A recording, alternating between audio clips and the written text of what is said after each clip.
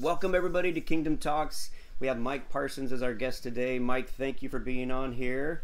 Always good to have you.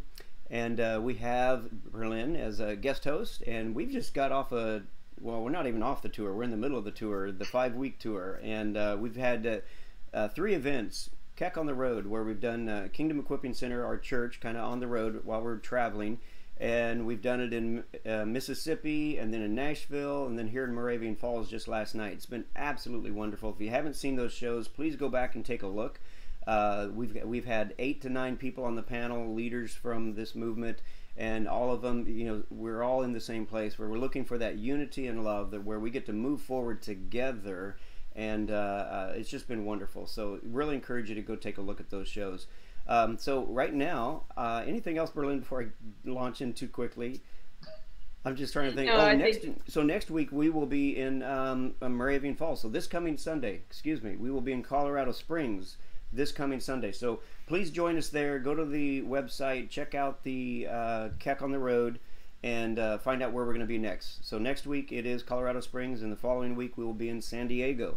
So join us. It's been absolutely wonderful having these panels and hearing from all these different leaders. So, all right. So let's go ahead and launch in. A lot of fun being on the panel too. Yes, yeah. And so, Mike, the questions I've been asking the panel are, what do you see in this movement, this movement of God that we're looking at and we're all in and flowing with? What excites you about what's coming? That's a good question.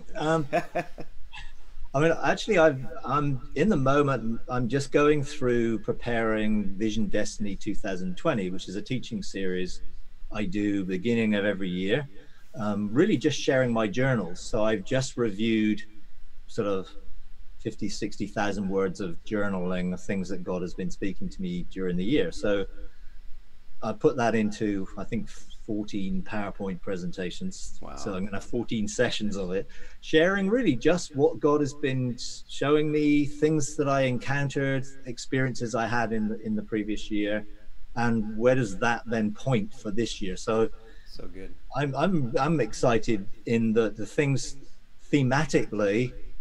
Until you go back over something, you don't always see the patterns of the things that God said.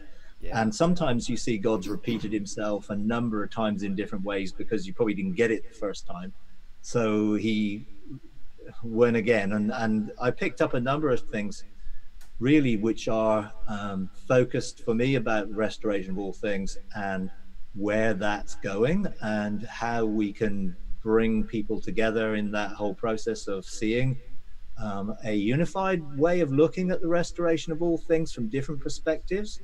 And what I've really seen and what God spoke to me about was, the river of life flowing out of heaven flowed into the earth and then split into 4 streams and watered the earth.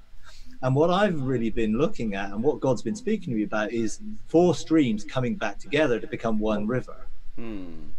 So those 4 streams in the whole concept of restoration of all things would be the mystic stream, of encountering God in such a way that you actually experience his heart and get an understanding of his heart for restoration, which then motivates you as a son of God to begin to engage creation for its freedom, as he wants to reveal us as sons to bring creation into that freedom. So that's one stream. And the mystic stream for me, the more I've got intimate with God, the more I've discovered the depth of his love, and the more that love has empowered me to want to love others and love creation and take my responsibility as a son towards creation more seriously than it was before.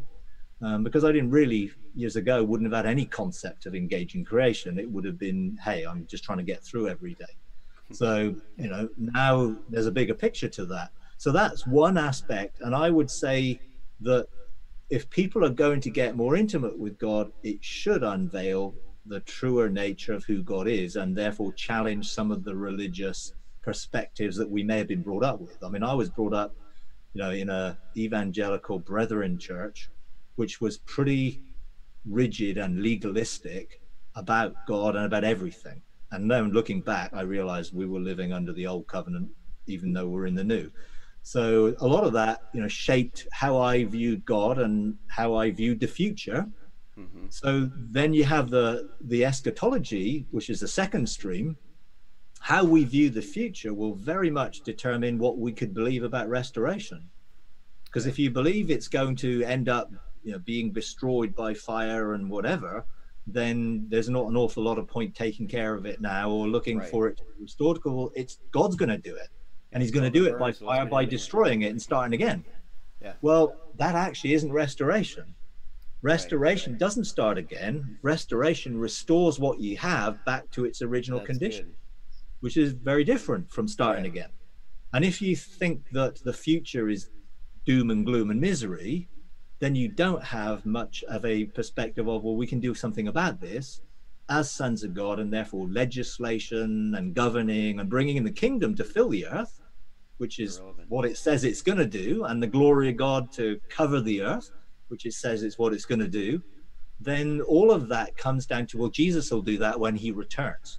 Yeah. And so everything is put off to the future, to an event, rather than a process that we're all part of. So we have no part. We're bystanders to observe what Jesus will do at the end of time if we're not involved in a process of restoration now. So eschatology becomes quite a focus, and therefore there are streams in eschatology which are viewing that what the Bible talks about as happening has already happened, and now we're in the period of restoration of all things, and the Bible has nothing to say to that other than we're in the period of restoration of all things, and all things are going to be restored. So it's down to us to hear God personally, individually, corporately, to what is He saying today. Because if I'm listening to what He said 2,000 years ago to people, or 4,000 years ago, or 6,000 years ago, to people in those areas, then I'm trying to interpret their culture, their situation, and trying to make sense of it to apply it today, rather than Jesus actually promised that we would hear His voice. Yeah. And we have the Spirit of truth to bring us into a revelation of the truth, the way, the truth, and the life. Therefore, the view that actually we shouldn't really be looking at the Bible to tell us what's going to happen in the future. And the eschatological position for, well, this has already taken place, now we need to get on with it, means an ongoing personal relationship where we're hearing God's voice, dependent on Him every day to continue our work here. So there's two streams. The other stream, that when you begin to realize that what Jesus said primarily was for the generation He was speaking to, and He said all these things that are going to take place are going to take place in this generation, and He meant that generation that was alive. And there are a number of scriptures which talk about, you will not die until you see this happening, and there will be some standing here and all these things will take place in this generation, in Matthew 24:34, I think it is. So then you think, okay, Jesus is saying that the destruction of the temple and all of the things in Matthew 24 and all those things are happening in that generation. Okay, well, what about the things that He said, like people going into outer darkness, people going into Gehenna, people going into, quote, hell? Well, that was also in context the same thing. So it wasn't talking about a future, some 2,000 years, 3,000 years, however long, where people are going to be tossed into some furnace and tortured forever. He was actually talking about Gehenna being a literal place, which was the rubbish dump, which was burning with fire and full of worms, eating up the rubbish, turning it into compost effectively. That actually He was talking about the people who failed to follow Him and leave Jerusalem when they saw armies coming to surround it, would end up in Gehenna. And if you were, in a sense, understanding covenant, if you were in covenant with God, you were living in the light. And if you were outside of covenant, you were living in the darkness. So outer darkness was outside the covenant, in which you gnashed your teeth, which was the sign of frustration, nothing to do with torment. Right. It was so frustrated that actually we're angry. And you look in Acts 7, where Stephen was talking about this open heaven, they gnashed their teeth. because they were so angry because he was saying, well, you've missed Jesus, you've missed the Messiah. Yeah. So you have the eschatology, and then that leads on to the universal perspective of, actually, Jesus was not talking about hell in the way that we see it, and therefore, actually, when you then look at, well, what was he talking about? And, well, what is the concept of what happens to people after they die? Because in that whole thing, the area of eternal, forever and ever, everlasting, the word in Greek for that, ainios, and in Hebrew, olam, do not mean eternal, forever and everlasting. They just don't mean that. They mean Yeah. enduring to a particular age or time period. Therefore, we're living in this way of looking at that as coming together in three streams that will begin to make sense of this. And then the fourth stream, for me, is a restoration of the abilities and powers in sonship, which are to do with healing and wholeness and the energy healing type thing, in terms of understanding frequency and vibration and consciousness and choosing and all the quantum physics things that we're now discovering that make sense of what Jesus did when he did his miracles. You know, they weren't magic. Yeah. They were him using a higher level of authority as the creator to actually effectively outwork in creation that which was only a manipulation of matter and energy, turning water into wine, or disappearing, or going through people, or all of those things, walking on water. It was all to do with how he used vibration and frequency to take him out of one thing into another dimension, or to change the vibrational molecules that became solid when he walked on water. So everything like that sort of is a restoration of that understanding and knowledge, which mostly has been taken by the New Age and therefore put off limits to believers, because we essentially let them have it. Right. Now we need to see it restored, and I believe God is going to restore the full functions of sonship, which means the ability to use light and sound, the ability to create using conscious thought and choice, which is all part of, I think, restoration. So I see these four streams coming together to be one river, which will fill the earth, you know, and bring the restoration of everything in that way. So I'm pretty excited about that. And, you know, God really spoke to me a lot about that last year, and we did the conference, and hopefully next year we're going to do several more conferences, which really begin to help people put this into perspective from those four streams, to actually see that actually this is a unified whole.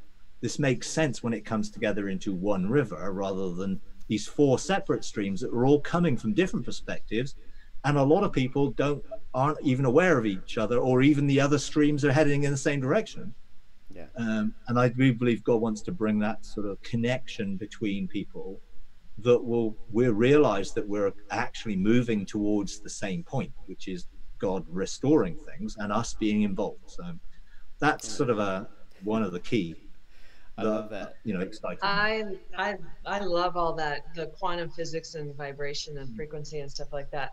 I can't help think though that once somebody like walks on water or is able to walk through a wall, then I just, my heart kind of hurts for it being a parlor trick. You know what I mean? It's like I almost don't want it. I want to keep it in the mysterious, but then again, I know that when push comes to shove and we're going to have their internet shut down and all of these things, if this really does happen, we're going to have to be able to unite and work together in some way. And so we're going to have to learn how to use these principles to do this. So yeah, I'm excited for it. It's just going to be. I mean, I know how to do those things because Jesus showed me how to do them, but there's no need to do them if you don't need to do them. He didn't go round living his whole life in that way. He did it when he needed to do it to fulfill doing what the Father had shown him. Yeah. So it was a mandated thing rather than, well, I'm going to show off or I'm going to demonstrate what I can do. It was, I need to do this to be able to do this, therefore I will do it. But if he was teaching someone, like if he would have had a water walking class, You know what I mean? Which is what we're doing. Literally, right now, we're teaching people that this is possible, right? Well, when someone is actually doing it, they're going to be teaching. So therefore, is it necessary? Yes and no, you know? Yeah, I mean, some of the perspective to it is, we in immaturity people can use things and it be self-promoting. Yeah, Jesus never promoted himself, it was always about the Father. So yeah, his desire in doing those amazing things was that people would look to his Father. And it says, you know, in Matthew, it talks about that we would do our good works before men, that they would glorify our Father in heaven. So whatever we do, it should not be drawing attention to us, but actually drawing attention to the Father who yes, is mandating us to do certain things. Yeah. So yeah, I know how to walk on water, but I've never had any occasion to do it. And even if I could do it, I don't think I would be looking to walk across the swimming pool just to show, hey, I can do it. It would be because there's a need to do it within the mandate that God's given me on a daily basis. Now, I have relocated and done certain things in that way because I needed to do it in a situation. And therefore, I chose to do that because I know how to do it. But I don't do it every day just because it would make it easier for me to get to work or go home. I drive, you know, because I don't have a mandate to do that every day. And I think this is where living our life only doing what we see the Father yeah, doing and engaging in that, hearing his voice and outworking his heart, I think will free us from these things becoming parlor tricks. And the and majority of times, most people will never need to know that you've done them. yeah, and They will that be is such a done to key. help you. That is such Yeah. a major key to understand that we need to make sure that we are doing these things as we see the Father doing them, and that in itself will help keep down the chaos in the sense of like you said, people doing the parlor tricks and doing it in order to bring a crowd and to make more money, whatever it might be. That is not the motivation, but it's simply doing what the Father calls us to do. And what I find usually is what the Father calls us to do is so much lower and so much more in humility than what we would normally do. And so it is a key to do what we see the Father doing. And honestly, we get to the place where we're doing no more, no less, just engaged and fully, one with the Father and walking with Him, not ahead and not behind, but doing what He's doing. Such a key. So It is. there's this element then of moving forward in the restoration of all things. So I mean, this I think is a big piece of what we're all so excited about. It's some people are getting excited about just about what we'll be able to do as mature sons, and there's definitely some room for some excitement there. But that's not the end all. That's not what it's all about. It's about the oneness of coming together with the Father and the body. That to me is what it's all about. And so when we start having division over things, and who's got the greatest knowledge, we're completely deconstructing something we shouldn't be deconstructing, which is the oneness. So anyway, as we move forward, obviously there's the challenge of unity, and there's those people that don't. Well, we've already said this many times. Not everybody believes the same. There's just no way that everybody would believe the same exactly. Otherwise, there'd be no need for the other people. The differences coming together are what gives us the full picture. And so, as we move forward in the unity, what are some things that you see there? What are some of the challenges that we would need to, kind of, face off with? Again, what's the Father doing? How do we move forward in unity? Do you have any suggestions there? Well, again, I think if one of the things that I engaged last year in a theme that went through the year was the oracles of the Father's heart. And an oracle is an utterance or a direct utterance, or a person who makes utterances that come directly from God. And in the order of Melchizedek, we're supposed to be lion, ox, eagle, man. And one of those aspects is oracle. So a prophetic sense of carrying the weight of the word that God speaks or reveals so that you can outwork that. And that I had an encounter where I was in the four faces of God, and I was looking through the eyes of the ox, because I wanted to engage in sense of what is the weight of God's heart. You know, what is his heart? And wisdom came and stood in front of me and said, I want to unveil the oracles of the Father's heart. So I thought, wow, okay. And I didn't know what I was, going to experience, but I experienced emotion, intense emotional experiences of the Father's heart. It wasn't like just revelation. It was, this is how the Father feels about things. This is how his love gets expressed. So when it then goes on to unity and other things, an encounter with the Father and his heart really gives you a foundation then for outworking that. And so the 5 things that wisdom showed me, and there may be many more, but these are the 5 things that she showed me, was passion, that God is passionate about all his children and all of creation, everything he's made. And then there was burning desire. So God has got a burning desire that all his children, all of creation would be restored and in relationship with him. Yeah. Then there was intense joy, that when God looks at us, he is intensely filled with joy, because he just looks at us as he made us to be, rather than maybe the way we've ended up. And he's not looking at all the mess. He's just looking at restored, and therefore he's intensely joyful. And most people will think, oh no, God couldn't be intensely joyful over me. Look at my life. Well, he's not looking at all those circumstances that we focus on. He's looking at who we are, not what we've done or those things. So that was the third one. Then there was deep compassion. So God is deeply compassionate about the fact that we're not seeing ourselves the way he sees us, or living in the fullness, or we may be broken or fragmented or damaged or any of those things. He has deep compassion, which actually moves him to do something about it, which is to heal us and restore us and renew us and bring us back to what he originally intended. And the last one is overwhelming love. And his love wins. His love won. His love will win, and it's never not going to win. And we cannot be separated from his love. So it overwhelms, it overcomes every obstacle, every hindrance to us having a relationship with him. And he's already reconciled the world to himself and doesn't hold anything against everyone, 2 Corinthians 5:19.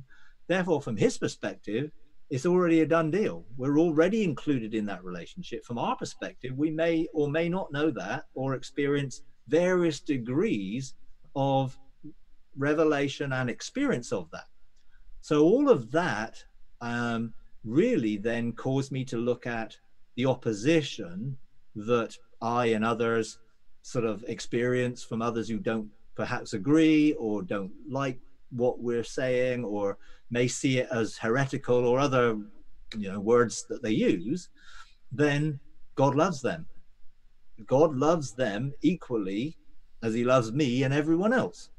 So if therefore I've received that revelation of the Father's heart, then when I see people who may be feeling that they're in opposition to anything I'm doing or whatever, then how can I be moved by anything other than that God is passionate about those people? He's got a burning desire for those people. He has intense joy over those people and overwhelming love and deep compassion. So how can I have any less? So then if people do that, I have to deal with my emotions, because you can't deny emotions. It's not nice when people say nasty things or, whatever, but actually people are saying nasty things about God all the time, and it makes no difference to him. In a sense, he loves them anyway. So love is unconditional. And if we've experienced unconditional love, like love one another as I have loved you, then that's outworked primarily through forgiveness. So if someone does something negative, I can choose to forgive them, release them, and bless them. And if I can't bless them, then I've not really forgiven them, and want the best for them. So I see unity, and what God wants to do in bringing us together relationally is not based on uniformity of belief. You know, we don't Right. have to agree with everything to be still all children of God, all start of the same family, all in Christ, and Christ is in all. So really, we're not separated, other than in our own thinking Yes. that causes us to separate people from us on the basis of what they believe. And you know, that's really a massive, for me anyway, it's a massive sign of maturity that we can walk in unity together even though we disagree with one another and don't believe the same. I mean, that to me is one of the highest levels of maturity that we can walk in. And when we are not able to walk with others just because they don't believe the way we do, you know, I would be saying, you know, if anybody's in that position out there that's listening right now, go to the Father and ask Him. This is a good place to go to the Father and say, "Judge me, please." I mean, and this is a good thing. Again, if you haven't heard us talk about the judgment and God as judge, you know, go back and listen to some of the other shows. But the judgment has been so twisted by the church. It's not a bad thing. It's a very good thing. He's judging you to life. He's for you. But go to the Father and say, "Judge me." You know, whatever's in me that's not allowing me to step into that next level of maturity, so I can walk with my brothers and sisters in love and unity, even though we disagree or don't believe the same. It's an area that we all need to keep growing in. All of us do. Oh, And absolutely. And you know that reminds me of, I love the way you put this, Gil. I put things on a shelf or in my warehouse that I don't understand or I don't have personal revelation on. So what I do when I hear two different views or possibly even more views on the same thing, I just put them on the shelf and I just trust that God will show me what I need to know in the timing that I need to know it. And until Yes. then, it's in the warehouse and I can just love the people and just kind of let go that they have this weird belief that I don't know Yeah, about that thing. you don't need to bring it out and yet let it be a divider. Just keep it in the Exactly, warehouse and exactly. let it simmer for a while until Father Right. is ready to show you. And let me just have full disclosure. There are some things that Mike talks about that it's like, I don't know about that. So they're in my warehouse, Mike. So, but I still love you. well, Yeah. because I think that that's really, if we're going to draw hard, fast lines, then that's an indication that we think we know everything there is to know. That's a dangerous Exactly. place to be in. I mean, I like, you know, in the early church when, I mean, can you imagine they've got like thousands of years of old covenant that they are the people of God, and all of a sudden Jesus says, "Well, I've just come now to take the kingdom away from you and to give it to this new group who are going to include you if you want it, but are going to include everyone else." That was a huge challenge, There, you know, yeah. and they therefore faced that challenge, and that he came and it's like, "You've heard it said, you've heard it said, you've heard it said, you've heard it said. Well, I say unto you." So he was challenging just because they'd heard it said for generations, and that they believed this for generations. He was coming and saying, "Well, actually, I'm going to tell you the truth, and it's going to so shake you that now you've got a choice whether you're going to stay where you are, believing what you've always believed, or allow me to unveil something new and take you into something which is going to take you beyond what you could have ever possibly imagined or thought under this old way of looking at it, into something new." Mhm. And he's still doing that. You know, he's not stopped doing that. And if we think we know everything, then we're basically saying that we have the full knowledge of God, you know, and the reality is no one of us has the full knowledge of God. He's Right. infinite. And we've got Right. a whole process continuing in that thing to actually begin to experience the reality of who he really is. And that is inevitably going to challenge what we think. Yeah. And all of us are on that journey. It doesn't matter who we are, where we've come from. We're all moving towards a level of intimacy and maturity in sonship, which is inevitably going to renew our minds and change what we Yes. thought again and again and again. And if we're willing to follow that process, then we won't need to dishonor those who are also on their process, because So good. they've come from a different place, they're on a different journey, but they're all heading to the same place. Right. And therefore let's respect that and realize that it's okay. If I was to look at myself, my 10 year ago self, today I would have thought I would be a heretic. Right. Right. And I because think we all would. Yeah. because actually then I saw things then and I thought that was true.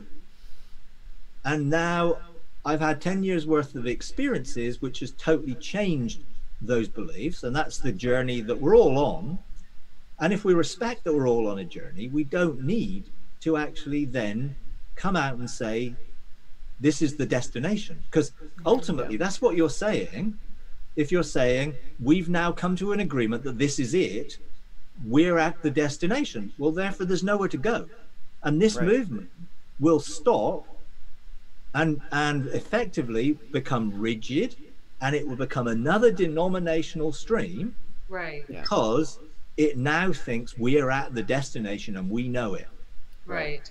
You And know, that's one of the the thing. questions that I love to ask when speaking to a group is just, has anybody here ever been wrong?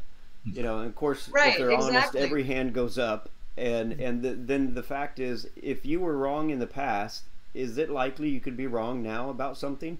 You know, and again, when we're all thinking clearly and in our right mind, we can say, yes, I'm probably wrong about some of the things I believe.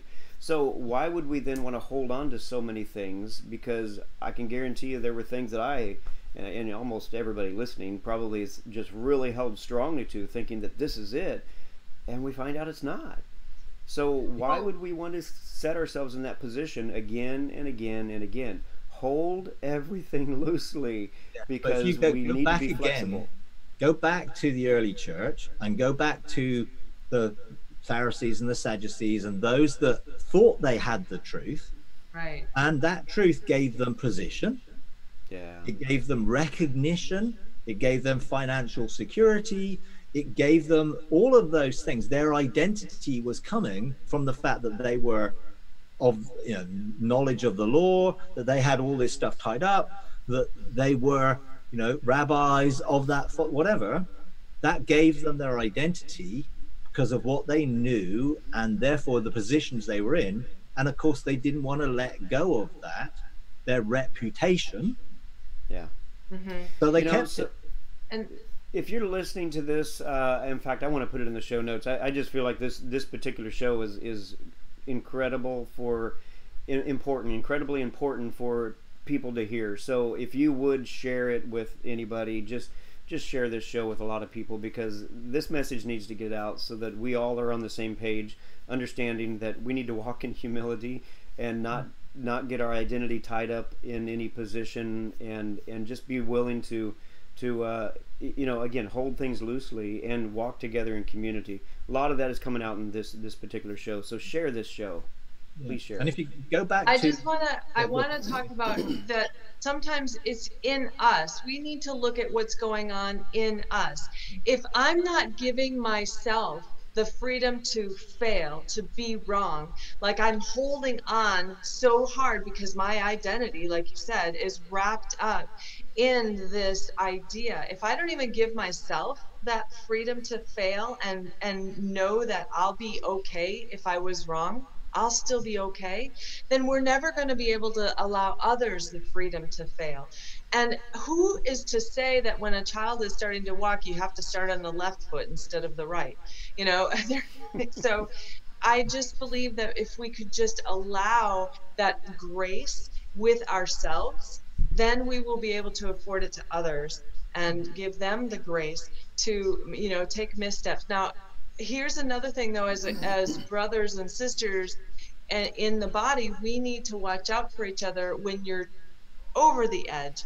And so that's why we need to be in community and have a level of trust that we tie a rope around our waist and say, I'm going out there, but we trust that other people will pull us back in unity and in love if we do go over the edge because we were exploring and we just got off, right? But it's not, we have to reserve judgment on that. And I think that that's the problem, is that we judge if someone goes off rather than just helping them get back. And That's so so if we good. could love them back into it, and if they have the humility to, have that rope around their waist and allow to be pulled back, I think that we can all grow together from this shared experience of, oh, that's where the edge is for now. God tends to move and change and shift things, but for now, we don't have enough revelation or enough maturity to handle going beyond that edge, and that's where that edge is. Yeah, and on the flip side That's of good. that, sometimes if you are in relationship with people and you're connected in that relational way, when you do go off the edge, and actually it is beyond what we know now, but it's actually God taking you off the edge, Right. Yeah. then others can come with you because they trust that you're actually following God in it. And the rope may be Yeah. long enough that they can stay where they are for quite a long time Yeah. before you've gone far enough to pull them that way. Yeah, So I that's think true. there's both sides of that. I think that Yeah. the danger is that when we start to police it, not out of love, but out of Out of fear, fear.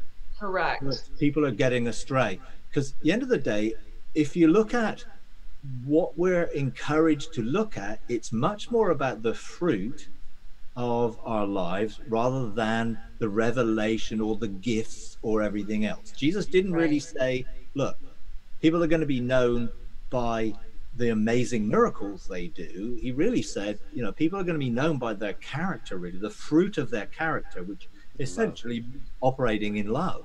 Yeah. And therefore, when we look at people, we should not get jealous because they're going further ahead, or fearful that they're going further ahead and leaving us behind, but actually coming from that place of love, of wanting the best for that person. And I think when it comes to then, it's leading everyone astray and everyone's going to get off track, blah, blah, blah. Well, I think the early church, again, Gamaliel, who was one of the rabbis at the time, and I think Paul was related to him, his view was very simple. If this is God, then you don't want to be opposed to it. If it's not God, God will deal with it. It will fail, like all the other things have eventually petered out when it's not of God.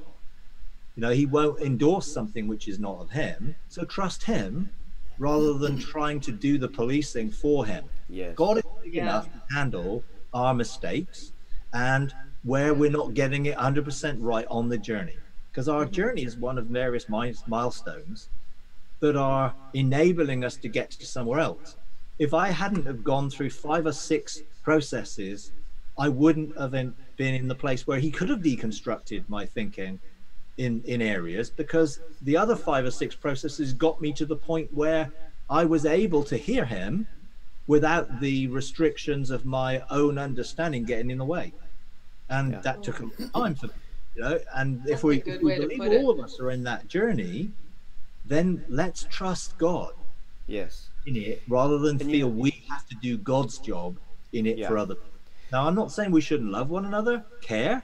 And if someone's going off morally, then that's a different thing to going and doing and revelation that we may not understand, whatever. There are very clear things about the moral side of righteousness and doing things in a righteous way, which we should be, of course, concerned about in each other. Yeah. But not necessarily thinking about the doctrinal positions as being the major things. We should be concerned about fruit and character development. And actually, that's where we can help each other.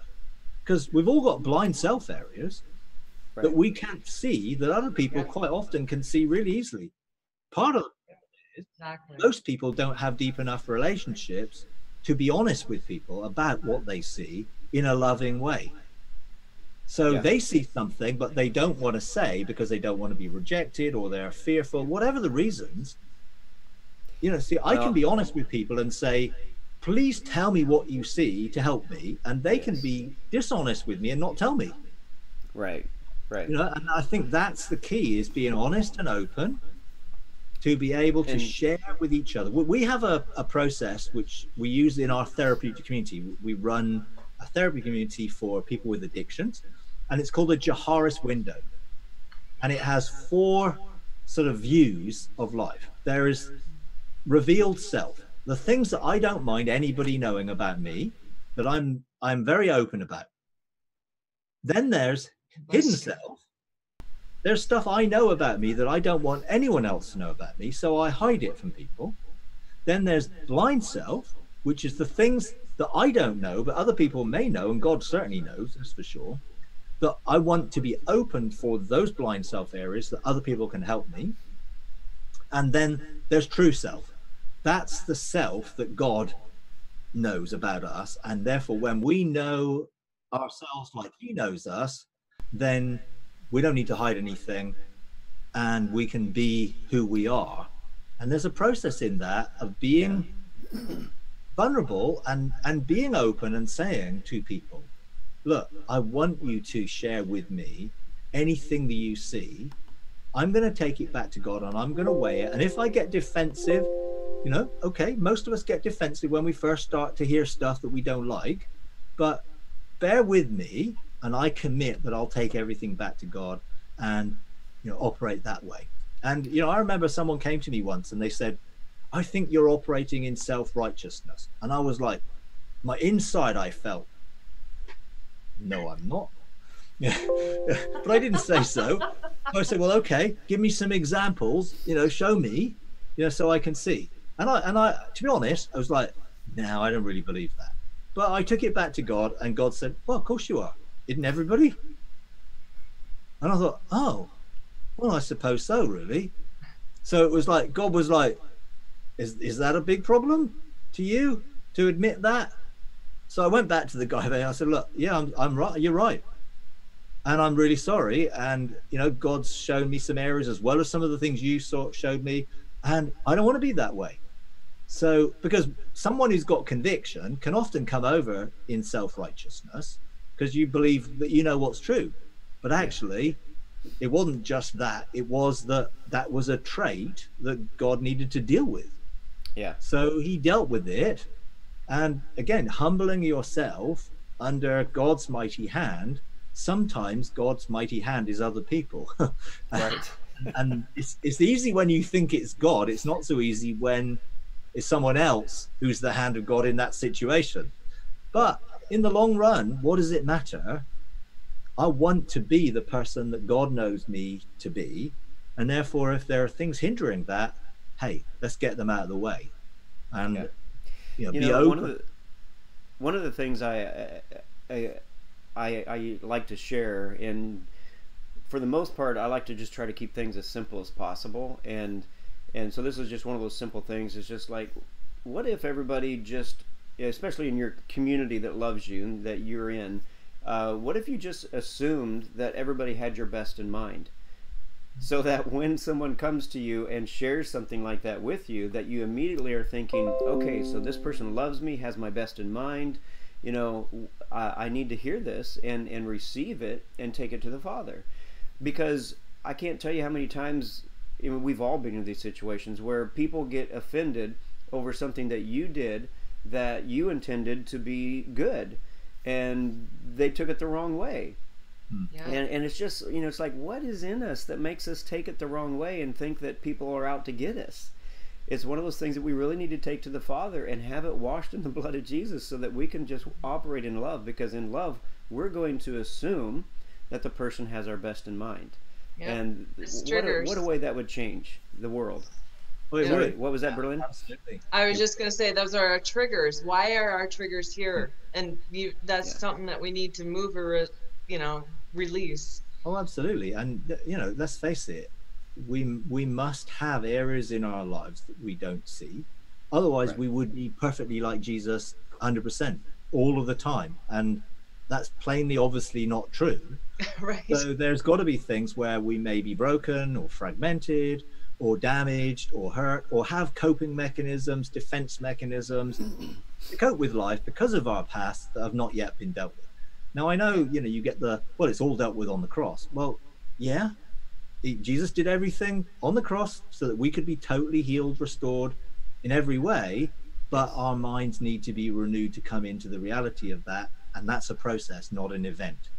Yeah, know. and that comes back to the idea of, yes, everything is complete in Christ. All is done. You're perfect. You're complete.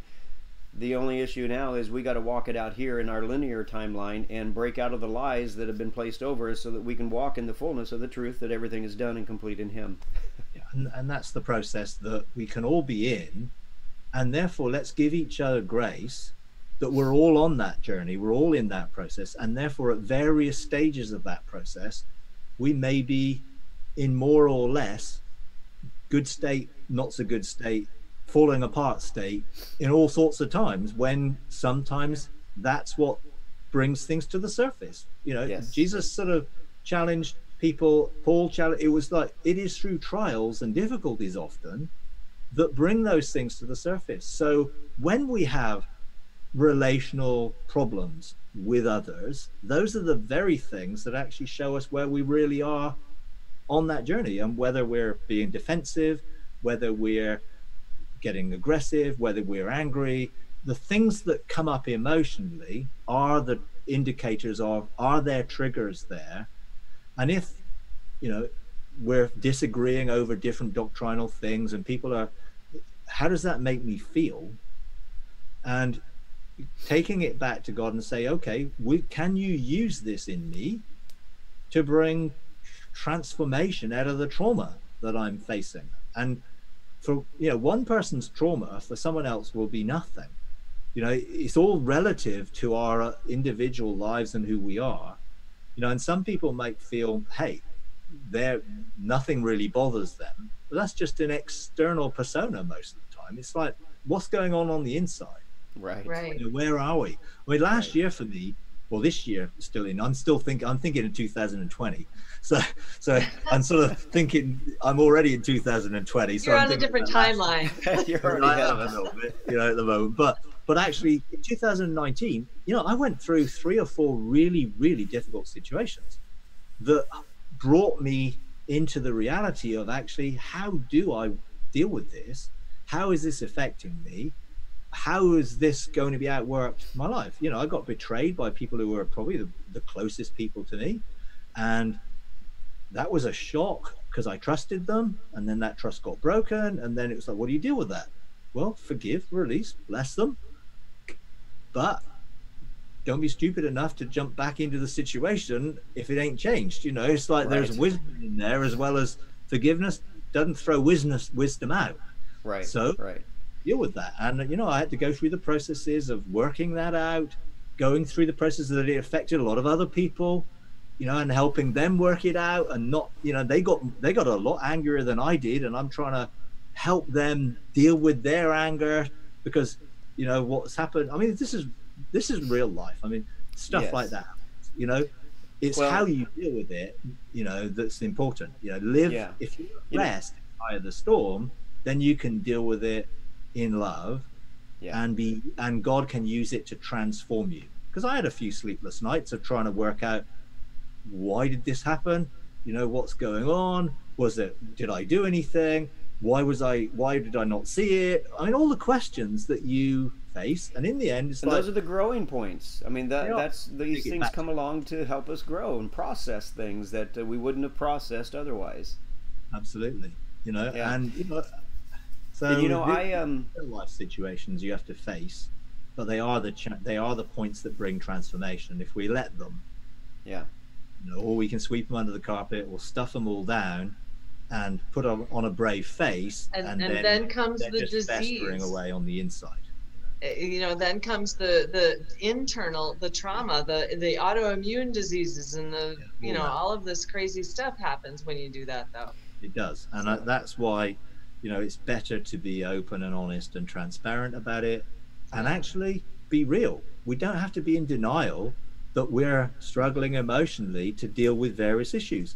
You know, in my family this year, I've had several situations which have been really difficult, and there weren't something I was in control of. It wasn't my fault, but they happened to my children. Things, you know, we discovered some things that happened with some of my children, and it was just like, how do you deal with that in the same way? You've got to be real. You've got to be honest. He carries our burdens and our sorrows and all of that, you know, engage the Father in it, but don't hide it, and therefore I don't have to pretend life is wonderful when actually happiness is based on circumstances. I can be joyful in the midst of circumstances because I know God's with me and he loves me, but doesn't mean that I'm happy about the fact that, I discovered various things in my family and my children were hurt and being affected, that actually, if I, as a father, could have protected him from that, I would have done, but I couldn't. And therefore I didn't. And therefore they're suffering. So how do you deal with that? And, it's like, well, God, it's your fault. Why did you let that happen? Well, that ain't going to get you anywhere, because we know God's love and, God didn't let that happen.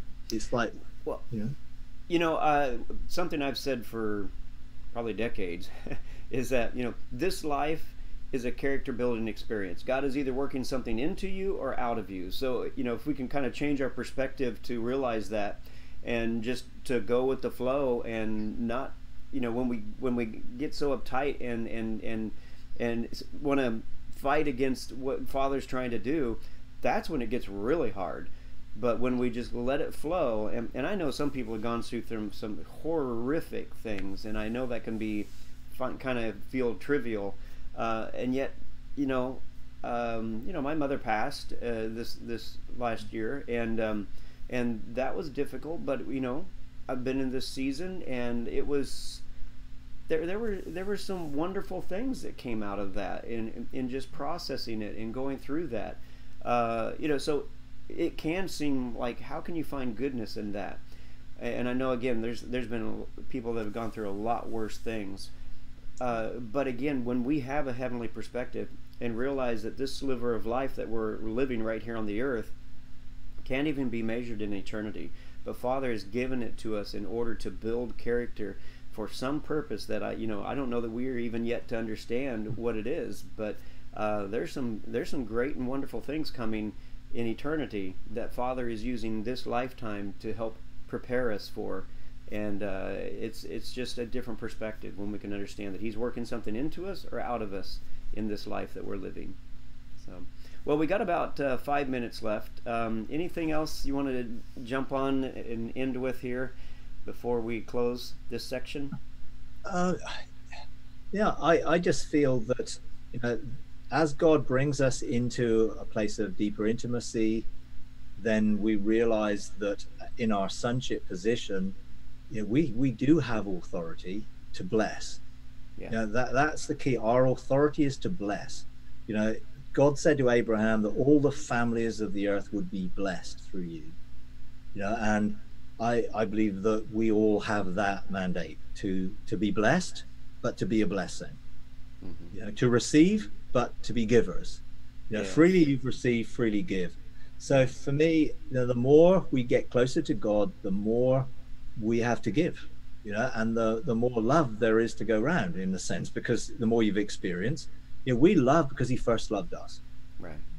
And it's one of the things I think God has really challenged me over this year is, do not have old covenant thinking. So live under the law and live in duty and obligation, but live in desire. And so, love the Lord your God with all your heart, all your mind, and all your strength, and your neighbor as yourself. And God challenged me over, is that a good thing? And I'm like, well, yeah, of course it's a good thing. He said, why do you think that's a good thing? Well, don't you want me to love you with everything?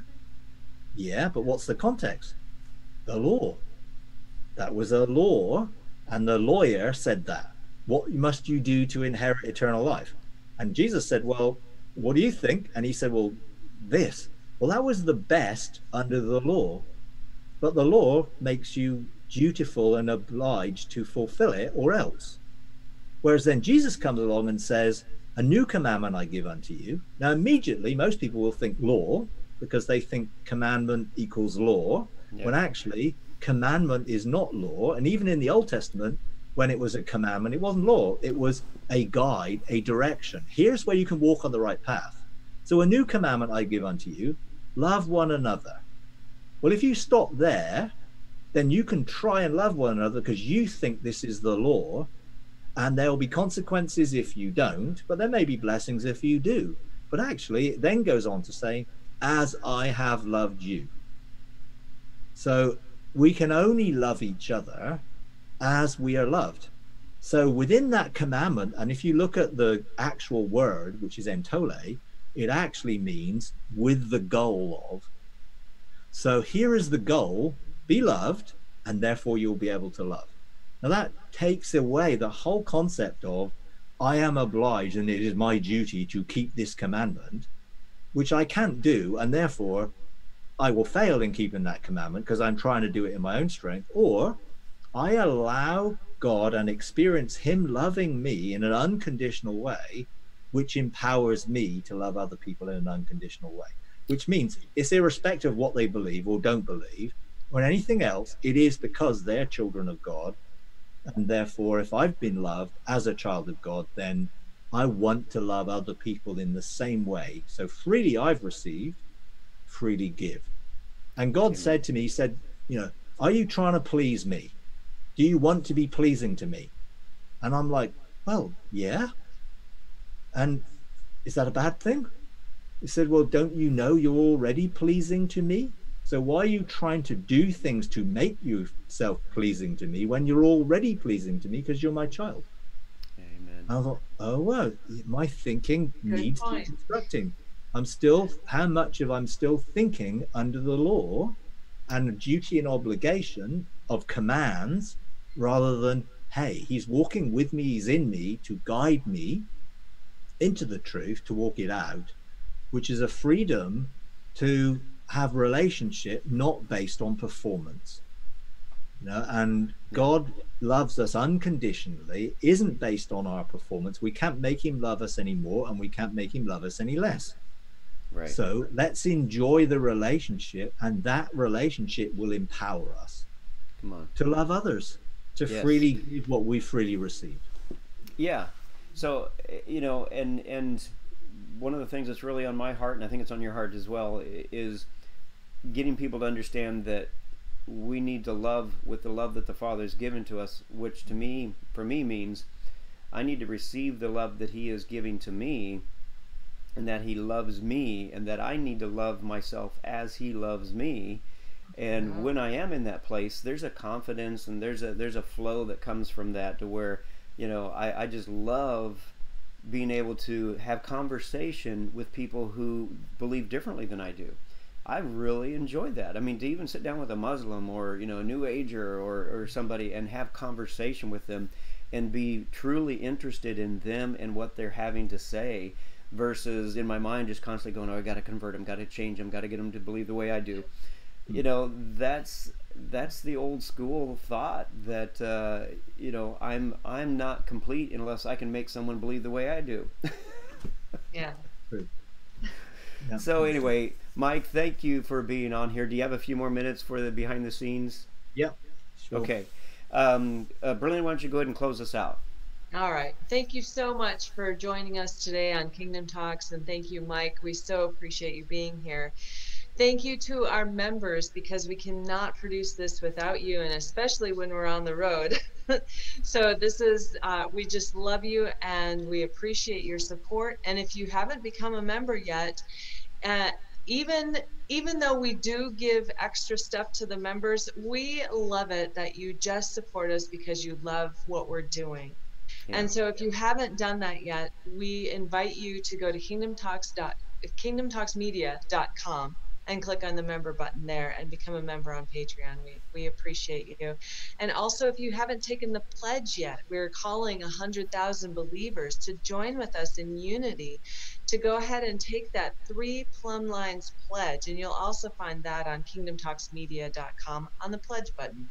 So thank you so much again, and we will see you on the other side. All right. Love you all. Take care. See you next time. Bye-bye.